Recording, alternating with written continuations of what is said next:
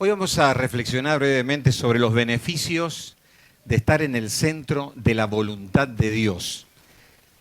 Y evidentemente cuando Cristo pasa a ser lo más importante en nuestra vida, es que estamos en el centro de la voluntad de Dios. Y hoy se hacía referencia en la lectura bíblica a nuestro hermano Carlos sobre el Salmo 66 que decía que pasó el mar en seco.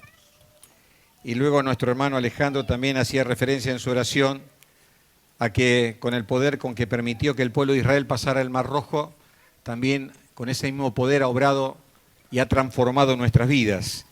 Y vamos a hacer referencia justamente a ese acontecimiento. Vamos a leer dos versículos, verso 21 y verso 22 del capítulo 13 de Éxodo.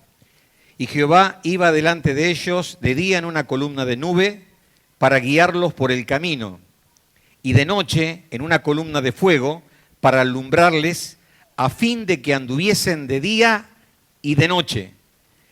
Nunca se apartó de delante del pueblo la columna de día, ni de noche la columna de fuego. Vamos a orar brevemente al Señor. Señor, quisiéramos en este momento que abras nuestro entendimiento y nos hables por medio de tu palabra. Lo rogamos en el nombre del Señor Jesús. Amén. Muy bien. Vamos a reflexionar justo sobre esto de estar en el centro de la voluntad del Señor. ¿Y qué es estar en el centro de la voluntad del Señor? Y el gráfico con que publicitamos esto era justamente un blanco con una flecha clavada en el centro. ¿Cuándo un creyente puede andar tan acertadamente que está en el centro de la voluntad del Señor? Y fíjense ustedes, básicamente es cuando se dan estas tres cosas. Es estar donde Dios quiere, haciendo lo que Dios quiere, en el tiempo que Dios quiere. Cuando eso sucede, podemos decir que ese cristiano está en el centro de la voluntad del Señor. Veamos la primera parte. Donde Dios quiere. Esto habla de un lugar. Esto significa que Dios desea buscarnos y encontrarnos donde Él desea que estemos. Por ejemplo, en el día de hoy, si Dios nos tiene que buscar, esperaría encontrarnos acá. Este es el lugar donde Dios esperaría encontrarnos a nosotros. Eso es estar en el centro de la voluntad del Señor. Nosotros vivimos en un país, vivimos en una ciudad, vivimos en un barrio de la ciudad, vivimos en una casa específica, estamos en un trabajo que entendemos que Dios nos ha dado, tal vez estamos estudiando en una escuela, estamos estudiando en una facultad, somos parte de una familia, somos parte de una iglesia. Uno no puede andar dando vueltas visitando iglesias, sino tiene que radicarse en un lugar, porque Dios nos tiene que llevar a un lugar y en ese lugar echar raíces y crecer y desarrollarnos. Estar en el centro de la voluntad de Dios es estar donde Dios espera encontrarnos, donde Dios quiere. En segundo lugar, haciendo lo que Dios quiere. Esto nos habla de conducta. Es decir, el pueblo de Israel, cuando estuvo en Egipto durante 430 años, hubo un momento que Dios quiso sacarlo. Y no lo quiso más en Egipto. Lo quiso en el desierto. Durante 40 años, ¿para qué? Entraran a la tierra prometida. Ahora, ellos no podían vivir como ellos querían. Tenían leyes, tenían normas, tenían mandamientos que tenían que cumplir, tenían que tener un estilo de vida. Cuando ellos no obedecieron al estilo de vida que el Señor quería para ellos, vinieron los tiempos de disciplina, tiempos de castigo para ellos. Así que estar en el centro de la voluntad de Dios tiene que ver con un estilo de cómo vivimos y cómo hacemos las cosas. Y en tercer lugar, es estar en el tiempo que Dios quiere. Esto habla del momento, ¿no? Por ejemplo, decimos, si Dios quiere encontrarnos en este día, en algún lugar, desearía encontrarnos aquí. ¿Para qué? Para que lo alabemos, escuchemos su palabra, tengamos comunión con los hermanos. Esto es lo que Dios desea. ¿Y en qué momento? Ahí a las 7 de la tarde, porque si yo vengo a la mañana, no hay nadie. Y si usted viene mañana, ya pasó la reunión, ¿no? Dice la Escritura en Efesios capítulo 5 que debemos aprovechar bien el tiempo. Tenemos que ser buenos administradores. Y esto significa de que hay cosas en la vida que si no las hacemos en un momento pasan. Hay una etapa para tener hijos. Y después uno quiere tener hijos, ya no puede, o es muy riesgoso. Hay una etapa para criar hijos. No puedo cambiar a un joven de la noche a la mañana. Es más fácil hacerlo cuando tiene 1, 2, 3, 4, 5 años, donde puedo formar el corazón del niño. Pero cuando yo lo quiero hacer cambiar su forma de pensar en la adolescencia o en la juventud, va a ser realmente algo muy complicado para nosotros. Hay tiempos, ¿no?, para hacer eso. En la vida hay como distintas etapas que uno vive. La etapa inicial de la vida es una etapa formativa. Comienza en el hogar, después está en la escuela, en la iglesia, la etapa formativa. Luego hay una etapa donde hay mucho trabajo, ¿no?, donde hay mucho esfuerzo, donde está toda la energía. En la etapa de la juventud, 20, 30, 40 años, estamos con toda la fuerza, con toda la polenta y hacemos cosas y decimos, ¿de dónde sale tanta fuerza? La fuerza viene del Señor que nos ha dado el vigor de la juventud. Pero después, pasados los 50, todo comienza a cambiar y uno ya es más selectivo de las cosas que va a hacer. Cuando hace un esfuerzo, dice, no, mejor hacerlo vos, ¿no? Y uno trata de las energías saber canalizarlas correctamente para llegar a una etapa final, que es la etapa del jubileo, que es donde la gente se jubila, es la etapa de júbilo, que es la etapa de alegría, es la etapa donde uno empieza a disfrutar de lo que ha sembrado y lo está cosechando en ese tiempo. Hay un momento, y Dios lo que espera es que yo pueda vivir el momento que me toca en cada etapa de mi vida. Ahora, ¿cuáles son los beneficios de estar en el centro de la voluntad de Dios? ¿Cuáles son? Yo quisiera mencionar 3, haciendo una comparación con el pueblo de Israel que sale de Egipto. Cuando ellos salen de Egipto, Dios comienza a guiarles y les guía con una columna de nube en el día y una columna de fuego en la noche, para que anden de día y para que anden de noche. Es decir, tenían que caminar toda la noche, ellos tenían algo que los guiaba. Bueno, de la misma forma, Dios nos guía en la vida. Y vamos a ver 3 beneficios. El primer beneficio: aquel que está en el centro de la voluntad de Dios disfruta de la provisión de Dios. Dios es el proveedor de él. Evidentemente una persona puede proveerse a sí misma, pero es diferente cuando Dios nos provee. Aquí vemos en la escena cuando el pueblo decía que tenía hambre y Dios dice que les daría del cielo el maná. Y el maná era una comida dulce que ellos la podían preparar de distintas formas y fue el alimento que tuvieron durante 40 años. Todas las mañanas, menos el día de reposo, ellos salían y estaba el maná y la gente lo juntaba y lo juntaba para cada familia. Eran 3 millones de personas y tenían alimento. Y siempre estuvo la provisión del Señor. Y no solamente había alimento, sino que Dios les daba también, les daba agua. Fíjense lo que nos dice en el capítulo 16, verso número 12. Yo les he oído las murmuraciones de los hijos de Israel. Háblales diciendo, al caer la tarde comeréis carne, y por la mañana os saciaréis de pan, y sabréis que yo soy Jehová vuestro Dios. Y venida la tarde subieron codornices que cubrieron el campamento, y por la mañana descendió rocío en derredor del campamento, y cuando el rocío cesó de descender, he aquí sobre la faz de la tierra, del desierto, una cosa menuda, redonda, menuda como una escarcha sobre la tierra.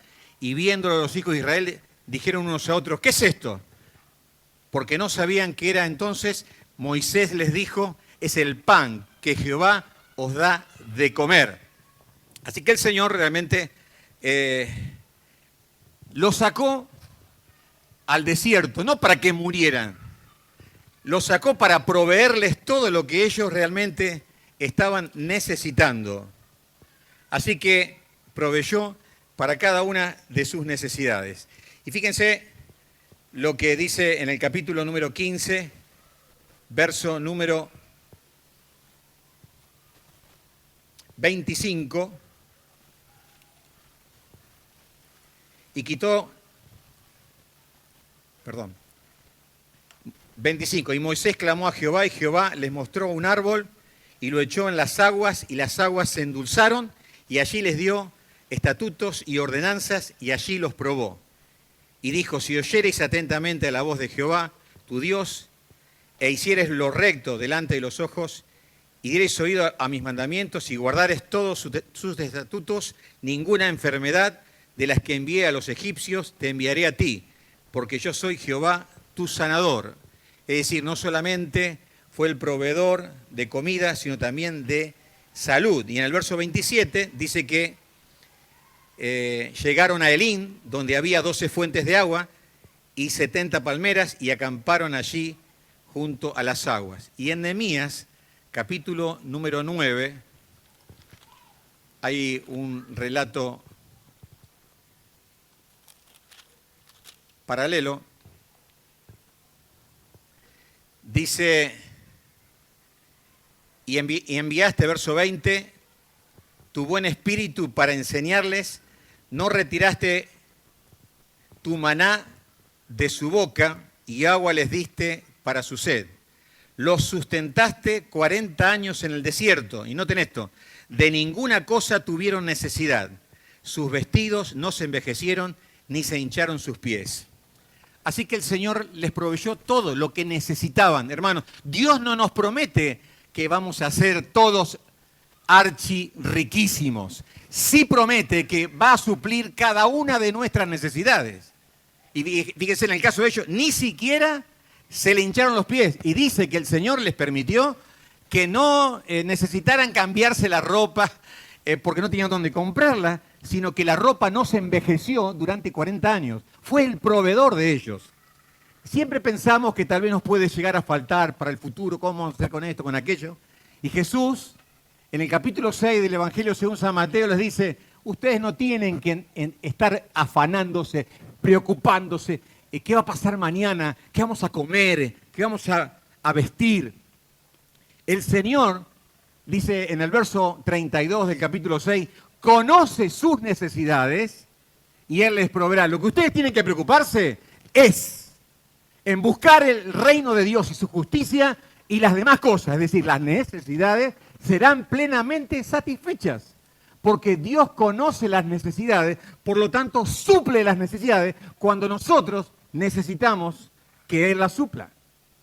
Por eso podemos descansar y podemos realmente confiar. Y hermanos, no estamos hablando solamente de que Él suple nuestras necesidades materiales, con un trabajo, nos da dinero para que podamos administrar, sino Dios nos da muchas cosas. A veces coloca personas a nuestro alrededor que son una bendición y una inspiración para nuestra vida, que nos alientan y nos animan, nos dan palabras de afirmación.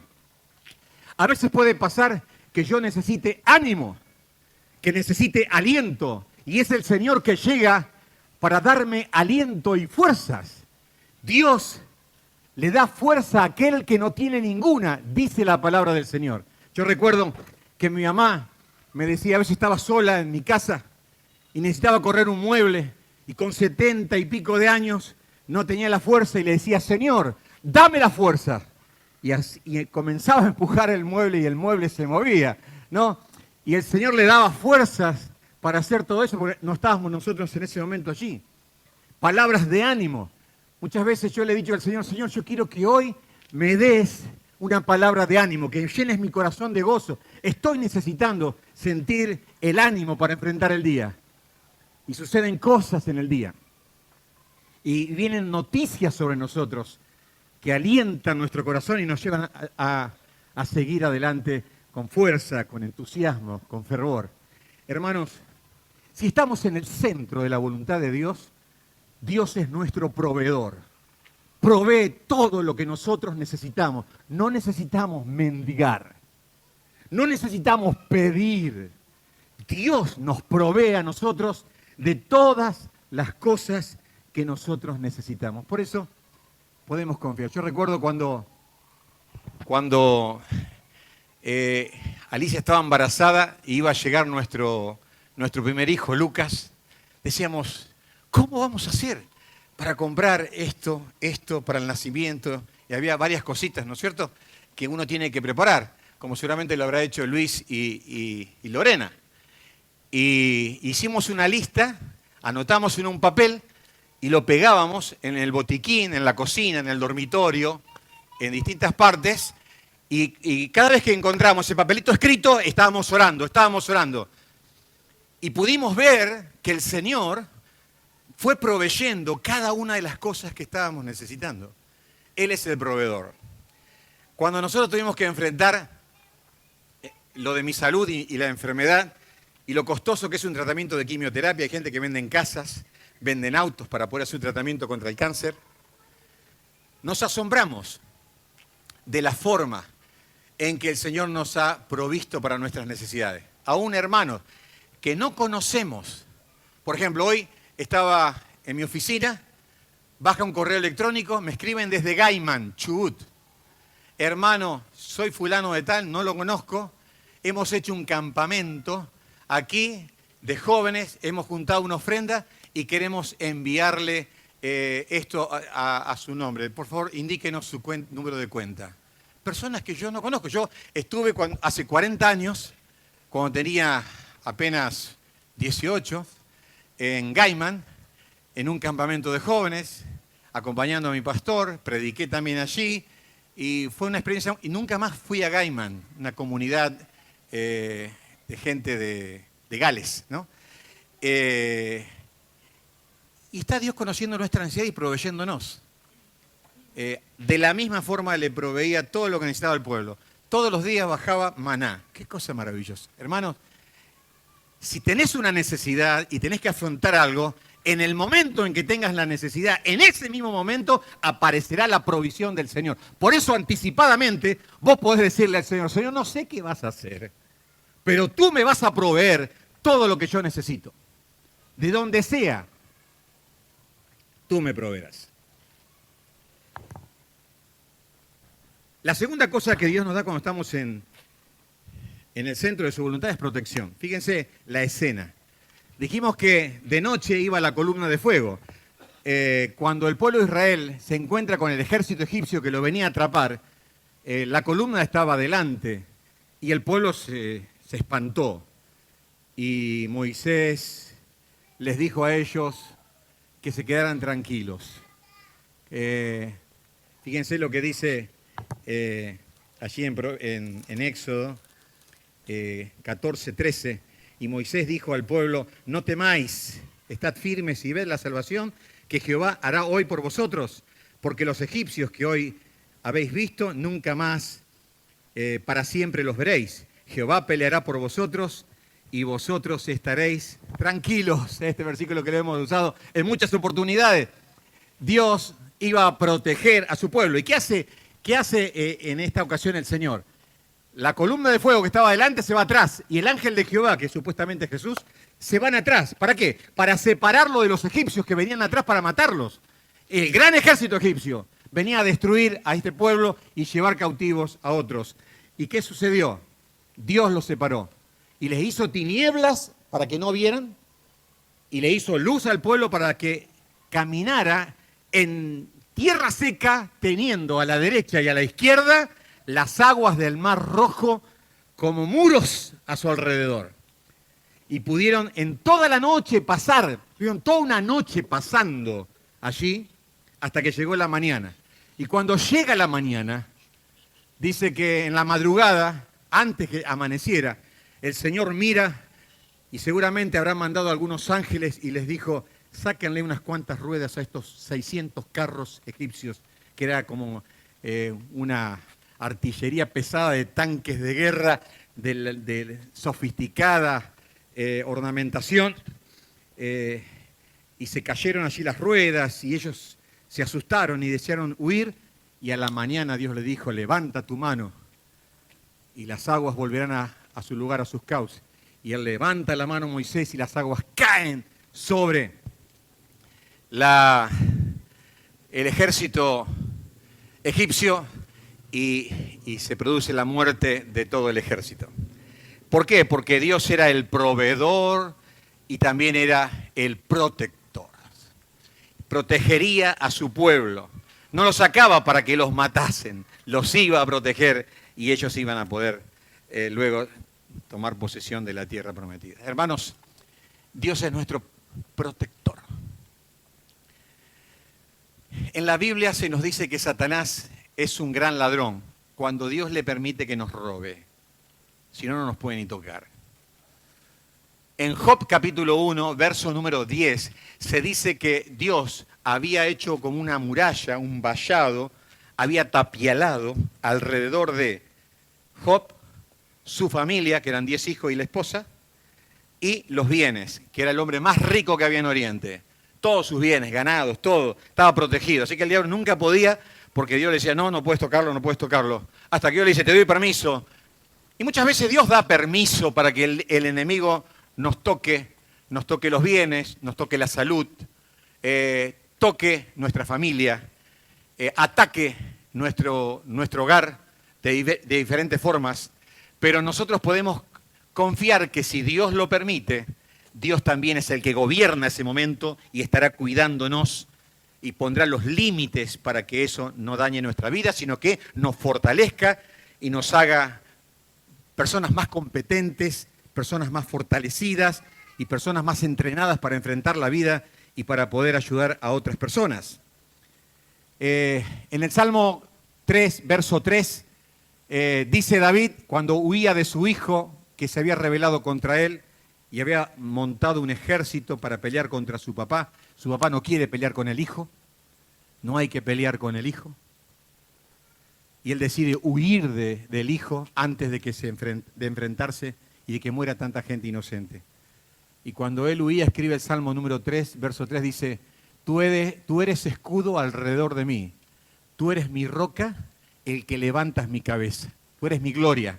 La idea es que tú eres el que me honras, el que levantas mi cabeza. Cuando uno tiene la cabeza agachada es porque está derrotado, vencido, pero tú levantas mi cabeza como diciendo, no soy un derrotado, el Señor me da la victoria.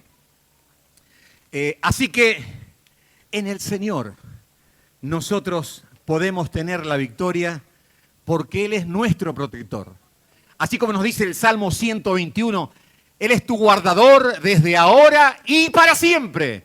Él guarda nuestra vida, guarda nuestra familia y guarda nuestros bienes. Es el gran protector de todo lo que nosotros tenemos. Qué maravilloso. Yo recuerdo, para contar algo así más cercano, el 25 de diciembre estábamos pasando la Nochebuena, el 24 en este caso, aquí en la casa de mis hijos. Y el 25 a la madrugada, tipo 3 de la mañana, estábamos volviendo.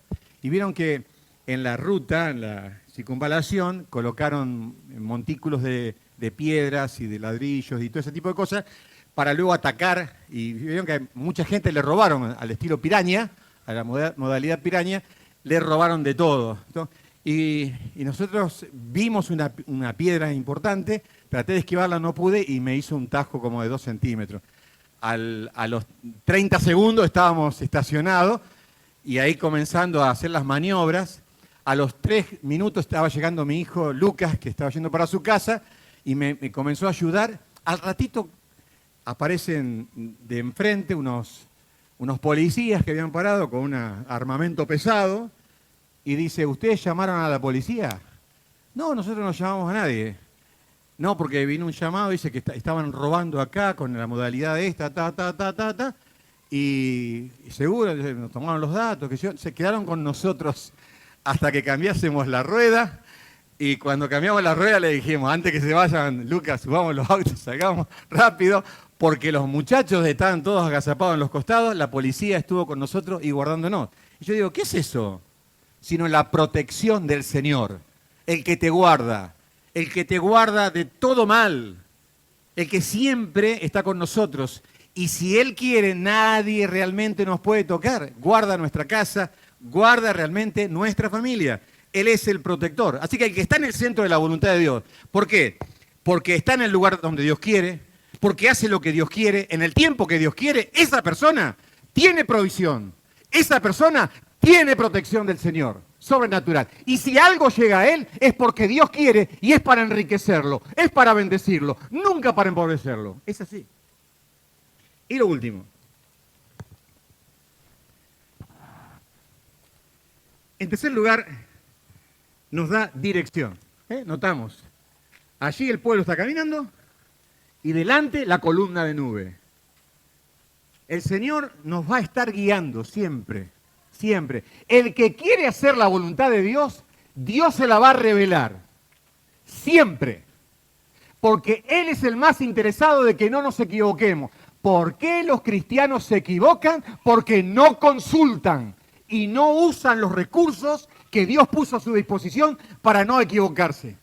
Lamentablemente, hay muchísimos cristianos buenos que se equivocan y toman malas decisiones. Lo que pasa es que se dan cuenta muchos años después, cuando han perdido muchísimas cosas. Se han perdido mucha provisión de Dios, se han perdido mucha protección del Señor y han perdido mucha dirección de parte del Señor. Así que hay momentos en que nosotros tenemos que tomar decisiones y vamos a ver que la nube la vamos a ver. Y vamos a estar seguros, convencidos de que ese es el camino. Y a veces va a pasar que Dios, en vez de decir, camina, te va a llevar a esto. La columna de fuego, en muchas veces, y la columna de nube, se quedaba quieta. Y si se quedaba 2 años, o 3 años, o 4 años en un lugar del desierto, inhóspito, el pueblo se tenía que quedar ahí. Porque solamente se movían cuando se movía la nube. Solamente se movía cuando se movía la columna. Hermanos, si Dios te llama a quedarte quieto, si Dios te llama a quedarte como estás, no te muevas. Si Dios te dice quédate así, quédate así. La bendición está en que te quedes así.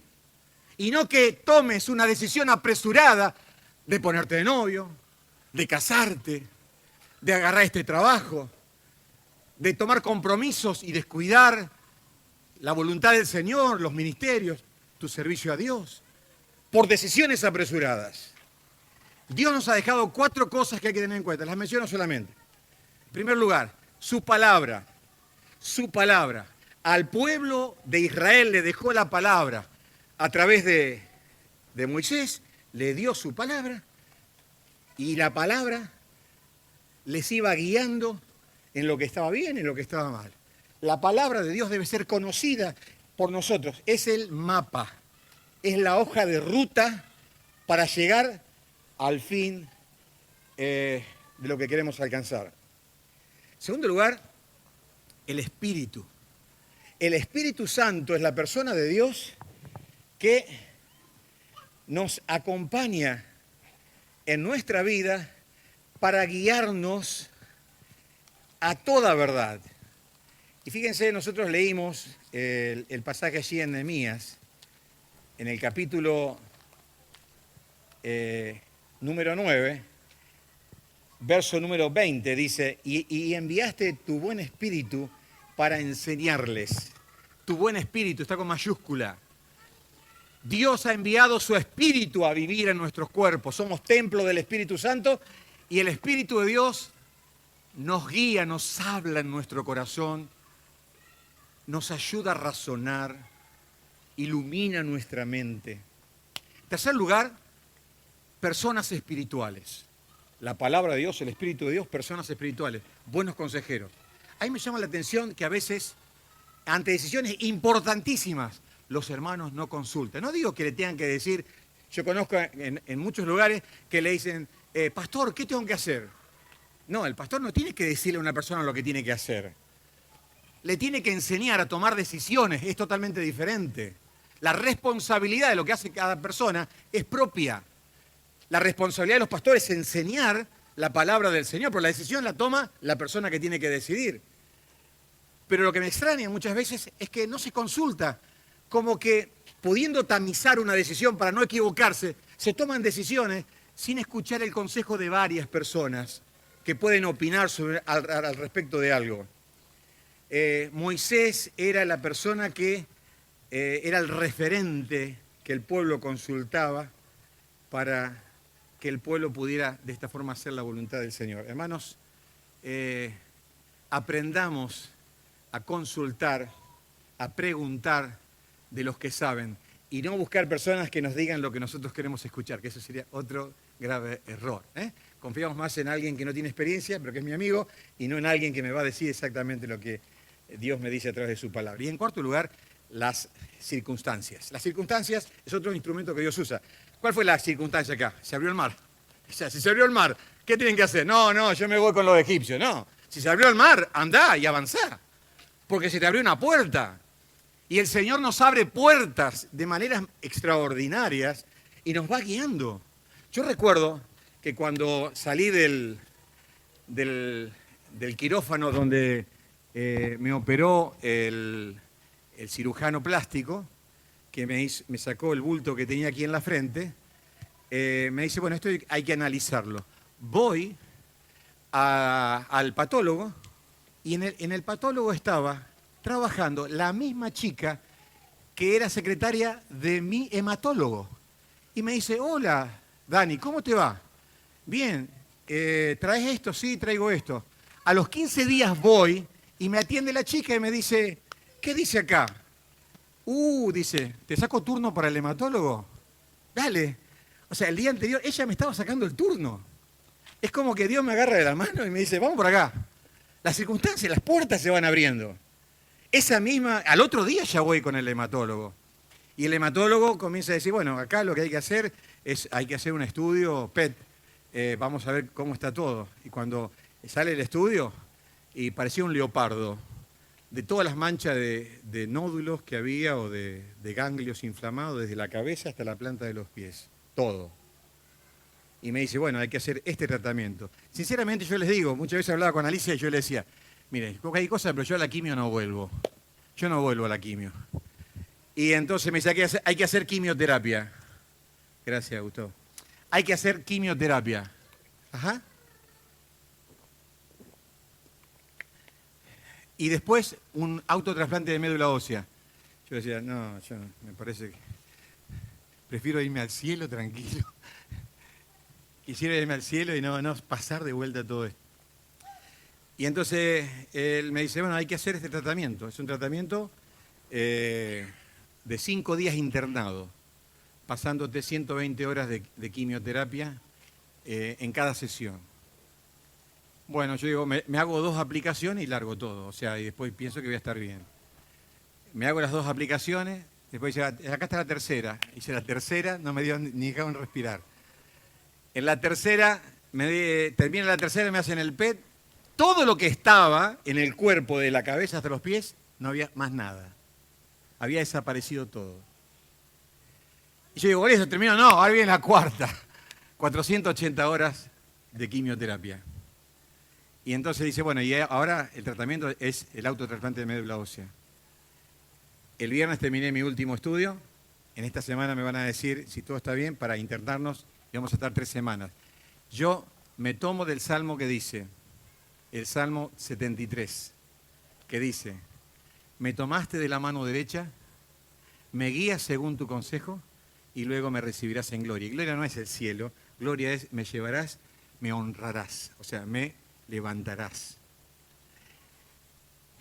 Dios nos da dirección, nos guía, porque es el más interesado que no nos equivoquemos en nuestra vida, hermanos. Si estamos en el centro de la voluntad de Dios, no nos podemos equivocar. Nos equivocamos cuando nosotros nos salimos del eje espiritual. Así que la palabra de Dios, el Espíritu de Dios, personas espirituales, las circunstancias. Y la conclusión, en el centro de la voluntad de Dios hay provisión, dijimos, ¿no? En el centro de la voluntad de Dios hay protección. En el centro de la voluntad de Dios hay dirección. Estos son los beneficios. La pregunta para nosotros en esta noche es, ¿estamos en el centro de la voluntad de Dios? Esa es la gran pregunta que tenemos que respondernos. ¿Te sentís que estás en el centro de la voluntad de Dios? Esta es la clave para disfrutar de su provisión, de su protección y de su dirección. Estaba la nube, ahí estaba el israelita al lado. Él estaba donde Dios quería encontrarlo. Hermanos, si Dios te llama a congregarte, tenés que congregarte. Si Dios te llama cada miércoles a escuchar su palabra y a orar con toda la iglesia, tenés que santificar ese momento para el Señor. Eso es estar en el centro de la voluntad de Dios. Hacer tu devocional todos los días, a la mañana, antes de empezar las actividades y toda la actividad, la hiperactividad del día, necesitas estar en la presencia del Señor antes. Eso es estar en el centro de la voluntad del Señor, obedeciendo sus mandamientos, haciendo su voluntad. Entonces, vamos a disfrutar de que cuando algo falte, milagrosamente va a aparecer. Cuando necesitemos una protección especial, el Señor estará allí guardándonos de todo mal, como dice el Salmo 121. Y cuando necesitemos dirección, veremos una nube o una columna de fuego tan clara que vamos a decir, hacia allá, hacia allá. Dios me está guiando hacia allá. Y entonces vamos a tener la dicha que tuvo el pueblo de Israel, que 40 años después llegaron a la tierra prometida. Y disfrutaron. Y ellos podían llegar a decir, es hermosa la heredad que me ha tocado. Las cuerdas, lo que Dios me dio como territorio, me han caído en lugares deleitosos y es hermosa la heredad que me ha tocado. Hermano, cuando haces la voluntad del Señor, es hermoso lo que llega para tu vida, para tus hijos, para tus nietos. Todos son bendecidos porque no te equivocás, porque haces la voluntad del Señor. Te vas a ahorrar muchísima angustia y dolor si realmente te pones a hacer la voluntad del Señor. Y esta noche quiero terminar pensando en alguna persona que nos está viendo, nos va a ver por internet o en esta noche está con nosotros aquí. Estar en el centro de la voluntad de Dios, mi querido amigo, es haber recibido a Cristo en el corazón. El Cristo del cual nos cantó Andrea, que es lo más importante, es el Hijo de Dios que murió en la cruz por tus pecados y por los míos. Tener a ese Cristo vivo en tu corazón, ser un hijo de Dios, eso es estar en el centro de la voluntad del Señor. Y en esta noche, si nunca lo hiciste, podés entregar tu corazón al Señor y recibir a Cristo como tu Salvador, como tu Señor. Y eso es el comienzo de una nueva vida. Vamos a orar al Señor en esta noche.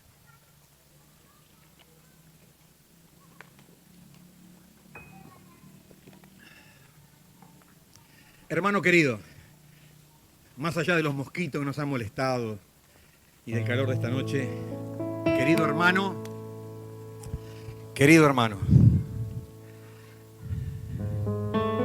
te invito a anhelar con tu corazón estar en el centro de la voluntad de Dios.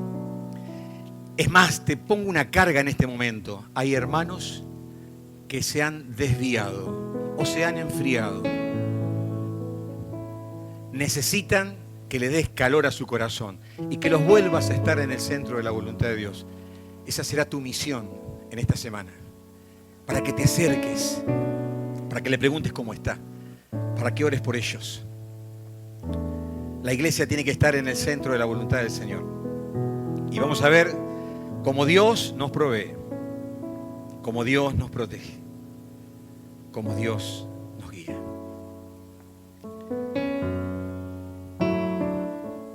Si en esta noche el Señor ha tocado tu corazón y querés renovar tu compromiso de estar en el centro de la voluntad de Dios, para obedecerle, para estar donde Dios te pida, por más que sea un desierto, para hacer lo que Dios te mande, por más que te parezca difícil.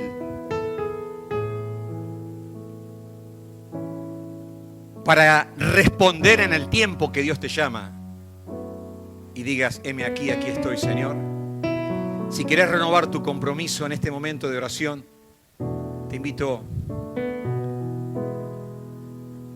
a que dejes tu asiento te pongas de pie y vengas aquí adelante. Vamos a tener una oración para que el Señor nos bendiga y en este año, que será tal vez incierto como el año pasado, pero puede ser un año en que vos te propongas de primera en querer estar en el centro de su voluntad. Si ese es tu anhelo en tu corazón, con toda tu debilidad, vengamos al Señor. Te invito a venir al Señor y vamos a orar juntos para que nos bendiga, para que nuestras familias sean bendecidas, nuestros hijos sean bendecidos y para que de la mano del Señor podamos afrontar lo que este año nos depare. ¿Aceptás este desafío? Te doy unos segundos. El que desee, hermano, el que desee renovarse en su compromiso de estar en el centro de la voluntad del Señor, te invito a que vengas mientras escuchamos esta melodía. Vení, vamos a orar al Señor. Si hay alguna persona que quiere entregar su vida a Cristo, súmese a este grupo también.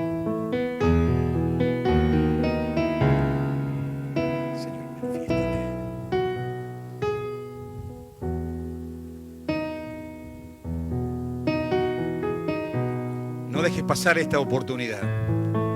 Esta se puede transformar en la noche que va a cambiar 2021 para vos. Es el compromiso no delante de la iglesia, es el compromiso delante del Señor. Señor, quiero estar en el centro de tu voluntad. Señor, basta de hacer mi voluntad. Señor, no quiero buenas intenciones en mi vida solamente, quiero hacer tu voluntad. Tú me sacaste del Egipto del pecado para llevarme a una vida de victoria. Pero debo transitar en tu voluntad este desierto de la vida cristiana que hoy me toca. Pero lo quiero hacer debajo de la columna de nube y debajo de la columna de fuego. Esto es en tu santa voluntad. Porque allí cuando tenga sed, vendrá el agua. No sé de dónde, pero vendrá. Y cuando tenga hambre, la comida aparecerá y no sé cómo. Y cuando necesite vestido, tú me darás el vestido. Señor, cuando tenga frío, la columna de fuego de tu presencia me dará el calor. Cuando el calor abrasador llegue a mi vida, la nube de tu presencia hará de filtro para que yo me sienta más aliviado y pueda continuar mi jornada. Te necesito para vivir el desafío de ser papá, de ser mamá, o de ser solamente una de esas dos cosas. Necesitas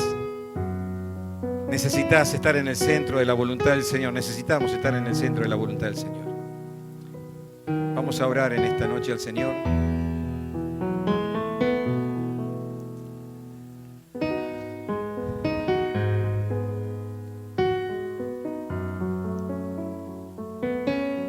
Solamente decir que si hay alguna persona que está luchando en este momento,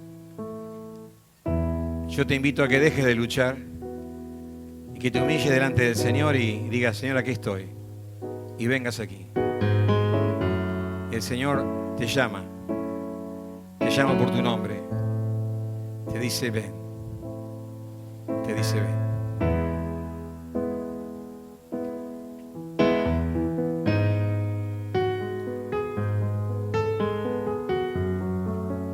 Tal vez es el compromiso de un matrimonio que quiere estar en el centro de la voluntad del Señor. Y hoy dicen, vamos a hacerlo. Tal vez es un adolescente que tiene toda una vida por delante, pero no se quiere equivocar.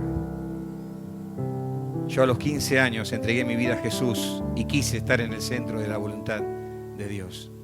Y Dios me escuchó. Vamos a orar. Señor, en esta noche nos presentamos delante de ti. Tú estás aquí en medio nuestro, como estuviste con la columna de nube y de fuego allí en el desierto con tu pueblo. Señor, estamos aquí porque queremos estar en el centro de tu voluntad y queremos primeramente pedirte perdón por nuestros pecados, por los pecados de nuestros hermanos, Señor, queremos que la sangre preciosa de Cristo nos limpie. Y como escuchamos en esta tarde, gracias porque tú no apagas el pábilo que humea, sino que lo soplas para que pueda tener una llama que arda. Tú quieres vernos arder y que seamos luz en el mundo. Tú no quiebras la caña cascada. Tú no nos desechas. Tú nos haces algo nuevo. Quisiéramos, Señor, que tomes nuestra vida y con una caña hagas un instrumento que puedas usar para tu gloria.